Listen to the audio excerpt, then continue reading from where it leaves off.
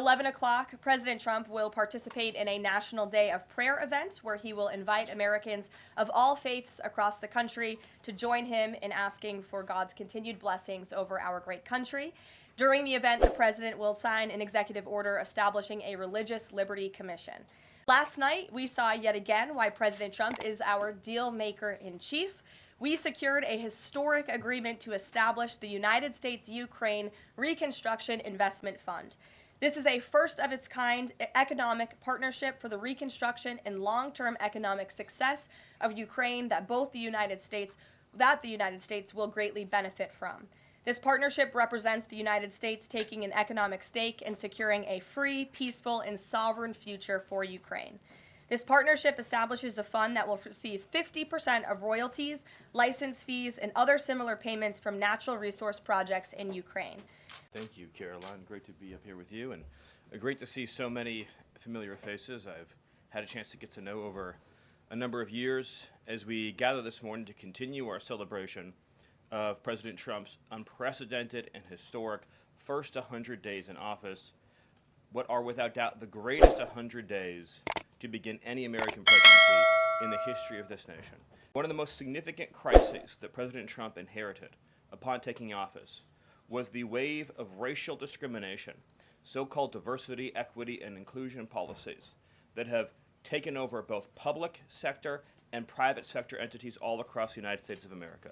Perhaps the most dramatic example of this is that our air traffic controllers were being hired and promoted based on race and gender, not their ability to conduct our nation's air traffic. I would estimate that probably 90% of Americans would agree with the statement that airline safety should be based on your ability to keep, airline safety jobs should be based on your ability to keep planes landing and taking off and flying safely, not on what demographic box you check.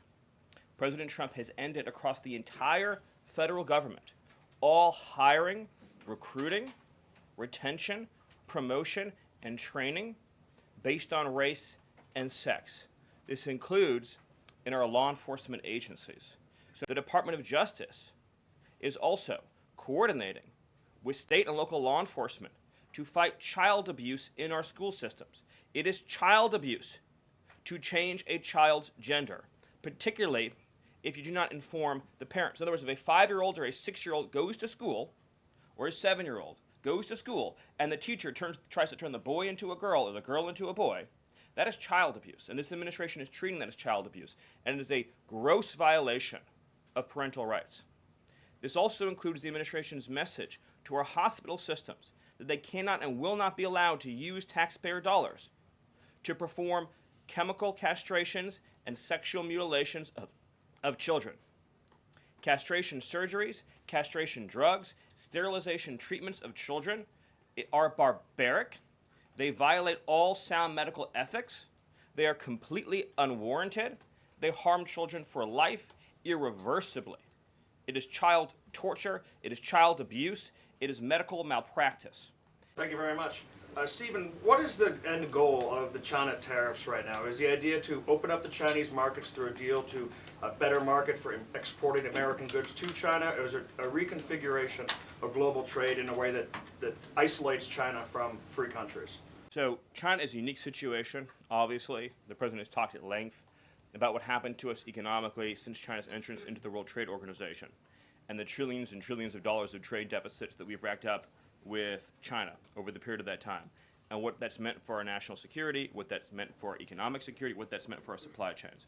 Obviously, right now, the Secretary of the Treasury is in the process of developing a plan that will answer the questions that you're talking about, but the president's goals have been very clear on these points, which is that he is not going to allow China to continue to steal our intellectual property, to continue to illegally dump and subsidize their goods in our markets, to manipulate their currency, to rack up an unsustainable trade deficit. We need to have a trade relationship with China that does not do harm to our nation's economic and national security. And that has to be the guidepost of any objective. At the same time, tariffs will bring significant revenue into this country that will allow us to pursue our dramatic plan of tax cuts and reform. This morning, GM is putting a dollar figure on how much the president's tariffs will impact the company. The CEO says tariffs will cost GM between $4 and $5 billion this year. The CEO of Ford says he can't commit to not raising prices because of tariffs. Is the administration open to doing more to give automakers relief? The question, unfortunately, misses the entire point. Automakers have announced dramatic investments and expansions inside the United States.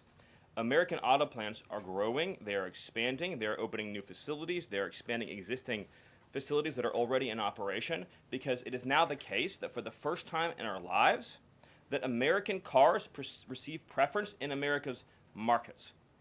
Auto industry used to control the entire world. I believe the number during the heyday was that 70% of all cars in the world were made in Michigan.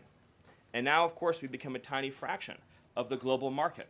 And the reason for that is because the United States opened its markets to every single foreign cheater and every single foreign nation that subsidized its goods on the face of the earth, and their markets have been closed to ours. Japan closed their market to our cars. The entire EU closed their market to our cars.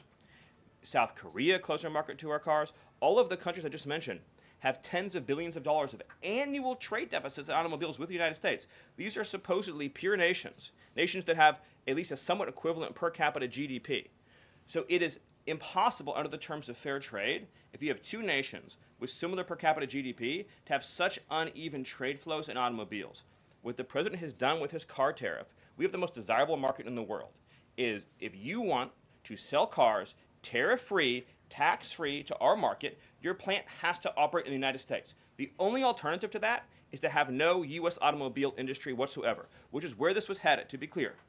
If we stayed on this current path, within a few years, there would have been no U.S. automobile industry. And what little was left of it would have been in Mexico.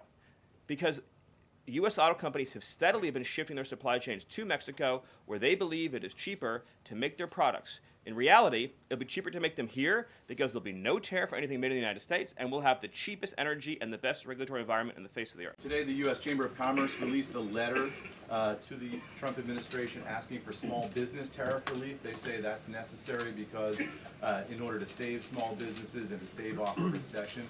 Stephen, is the administration considering small business tariff relief? The relief for small businesses is going to come in the form of the largest tax cut in American history.